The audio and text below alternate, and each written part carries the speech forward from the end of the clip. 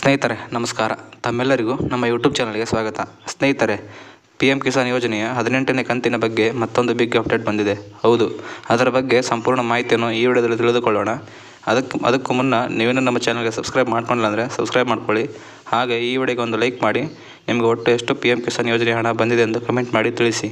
ಹಾಗಾದರೆ ಬನ್ನಿ ತಡ ಮಾಡದೆ ಇವತ್ತಿನ ಈ ವಿಡಿಯೋನ ಸ್ಟಾರ್ಟ್ ಮಾಡೋಣ. ಸ್ನೇಹಿತರೆ, ನಿಮಗೆ ಬೆಳೆ ಹಾನಿ ಪರಿಹಾರ, ಬೆಳೆ ವಿಮೆ ಪರಿಹಾರ ಹಾಗೂ ಇತರೆ ಸರ್ಕಾರದ ಯೋಜನೆಗಳಿಂದ ಯಾವುದೇ ಹಣ ಬರ್ತಿಲ್ಲ ಅಂದರೆ, ತೊಂದರೆ ಆಗ್ತಿದ್ರೆ ನಿಮಗೆ ಕೊನೆಗೆ ಒಂದು ಸೊಲ್ಯೂಷನನ್ನು ಕೊಡ್ತೇನೆ. ಅಲ್ಲಿವರೆಗೂ ವಿಡಿಯೋನ ಕೊನೆವರೆಗೂ ನೋಡಿ. ಸ್ನೇಹಿತರೆ, ರೈತರಿಗೆ PM ಕಿಸಾನ್ ಯೋಜನೆ ಹಣ ಇನ್ನು ಮುಂದೆ ಸಿಗುವುದಿಲ್ಲ. ಹೌದು ಸ್ನೇಹಿತರೆ, ರೈತರಿಗೆ ಸರ್ಕಾರದಿಂದ PM ಕಿಸಾನ್ ಸಮ್ಮಾನ್ ನಿಧಿ ಯೋಜನೆ ಅಡಿಯಲ್ಲಿ ಪ್ರತಿ ವರ್ಷ ರೈತರಿಗೆ ಆರ್ಥಿಕವಾಗಿ ಸಹಾಯವಾಗಲೆಂದು 6,000 ರೂಪಾಯಿಗಳನ್ನು ನೀಡಲಾಗುತ್ತದೆ.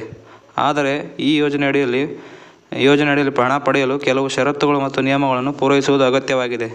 ದೇಶದ ಬೆನ್ನೆಲುಬಾಗಿರುವ ರೈತರಿಗೆ ಆರ್ಥಿಕವಾಗಿ ನೆರವಾಗುವ ಸಲುವಾಗಿ ಕೇಂದ್ರ ಸರ್ಕಾರ PM ಕಿಸಾನ್ ಸಮ್ಮಾನ್ ನಿಧಿ ಯೋಜನೆಯನ್ನು ಜಾರಿಗೆ ತಂದಿದೆ. ಸ್ನೇಹಿತರೆ, ಈ ಯೋಜನೆ ಅಡಿಯಲ್ಲಿ ಪ್ರತಿ ವರ್ಷ 6,000 ರೂಪಾಯಿಗಳನ್ನು 3 ಕಂತುಗಳಲ್ಲಿ ಎಲ್ಲ ರೈತರ ಖಾತೆಗೆ ವರ್ಗಾವಣೆ ಮಾಡಲಾಗುತ್ತಿದೆ. ಆದರೆ PM ಕಿಸಾನ್ ಸಮ್ಮಾನ್ ನಿಧಿ ಯೋಜನೆ ಅಡಿಯಲ್ಲಿ ಎಲ್ಲ ರೈತರಿಗೆ ಈ ಹಣವು ಲಭ್ಯವಾಗುತ್ತಿಲ್ಲ. ಇದಕ್ಕಾಗಿ ಕೆಲವು ರೈತರು ಷರತ್ತುಗಳನ್ನು ಪಾಲಿಸಬೇಕಾಗುವುದು ಅಗತ್ಯವಾಗಿದೆ. ಹಾಗಾದರೆ ಆ ಷರತ್ತುಗಳು ಏನು? PM ಕಿಸಾನ್ ಯೋಜನೆಗೆ ಅರ್ಜಿ ಸಲ್ಲಿಸುವುದು ಹೇಗೆ?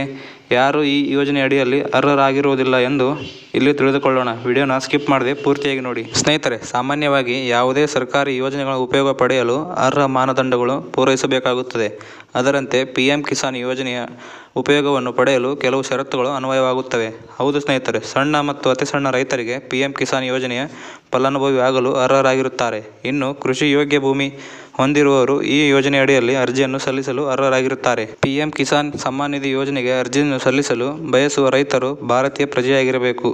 ಹೌದು ಸ್ನೇಹಿತರೆ, ಇನ್ನು ಇಂತಹ ರೈತರು PM ಕಿಸಾನ್ ಅರ್ಜಿಯನ್ನು ಪಡೆಯಲು ಸಾಧ್ಯವಿಲ್ಲ.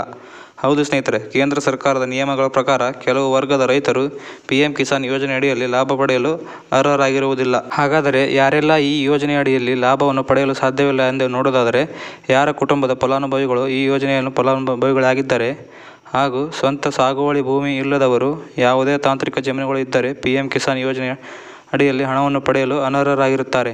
ಹಾಗೂ ಸಾಂವಿಧಾನಿಕ ಹುದ್ದೆಯಲ್ಲಿ, ಸರ್ಕಾರಿ ಹುದ್ದೆಗಳಲ್ಲಿ ಇರುವವರು PM ಕಿಸಾನ್ ಯೋಜನೆಯಲ್ಲಿ ಹಣ ಪಡೆಯಲು ಅನರ್ಹರಾಗಿರುತ್ತಾರೆ. ಇನ್ನು ಕುಟುಂಬದ ಸದಸ್ಯರು ಕೇಂದ್ರ, ರಾಜ್ಯ ಹಾಗೂ ಇನ್ನಿತರೆ ಮಾಜಿ ಅಥವಾ ಹಾಲಿ ಮಂತ್ರಿಗಳಾಗಿದ್ದರೆ, ಜಿಲ್ಲಾ ಪಂಚಾಯಿತಿ ಅಧ್ಯಕ್ಷರು ಹಾಗೂ ಮಹಾನಗರ ಪಾಲಿಕೆಯಲ್ಲಿ ಇದ್ದರೆ ಇಂಥವರು ಕೂಡ ಈ PM ಕಿಸಾನ್ ಯೋಜನೆ ಅಡಿಯಲ್ಲಿ ಅರ್ಜಿಯನ್ನು ಸಲ್ಲಿಸಲು ಅನರ್ಹರಾಗಿರುತ್ತಾರೆ. ಹಾಗೂ ಮಾಸಿಕ ಪಿಂಚಣಿ 10,000ಕ್ಕಿಂತ ಅಧಿಕವಾಗಿ ಅಥವಾ ನಿವೃತ್ತಿ ಉದ್ಯೋಗಿಗಳಾಗಿರುವವರು PM ಕಿಸಾನ್ ಯೋಜನೆ ಅಡಿಯಲ್ಲಿ ಅನರ್ಹರಾಗಿರುತ್ತಾರೆ. ಹಾಗೆ ಸ್ನೇಹಿತರೆ, PM ಕಿಸಾನ್ ಯೋಜನೆಯ 18ನೇ ಕಂತಿನ ಹಣದ ಬಗ್ಗೆ ವಿಚಾರ ಮಾಡೋದಾದರೆ, PM ಕಿಸಾನ್ ಯೋಜನೆಯ 18ನೇ ಕಂತಿನ ಹಣವು ಇದೇ ಅಕ್ಟೋಬರ್ ತಿಂಗಳಿನಲ್ಲಿ ಬಿಡುಗಡೆ ಆಗುವ ಸಾಧ್ಯತೆ ಹೆಚ್ಚಾಗಿದೆ ಎಂದು ಮಾಹಿತಿ ಈಗ ಹೊರಬಿದ್ದಿದೆ. ಇನ್ನು ಸ್ನೇಹಿತರೆ, ನಿಮಗೆ ಸರ್ಕಾರದ ಯಾವುದೇ ಯೋಜನೆ ಪಡೆಯುವಲ್ಲಿ ವಿಫಲರಾಗಿದ್ದರೆ, ನಿಮಗೇನಾದರೂ ಸಮಸ್ಯೆ ಆಗ್ತಾ ಇದ್ದರೆ, ನಮ್ಮ ಡಿಸ್ಕ್ರಿಪ್ಷನ್ ಬಾಕ್ಸ್ನಲ್ಲಿ ನಮ್ಮ Instagram ID ಕೊಟ್ಟಿರುತ್ತೇವೆ.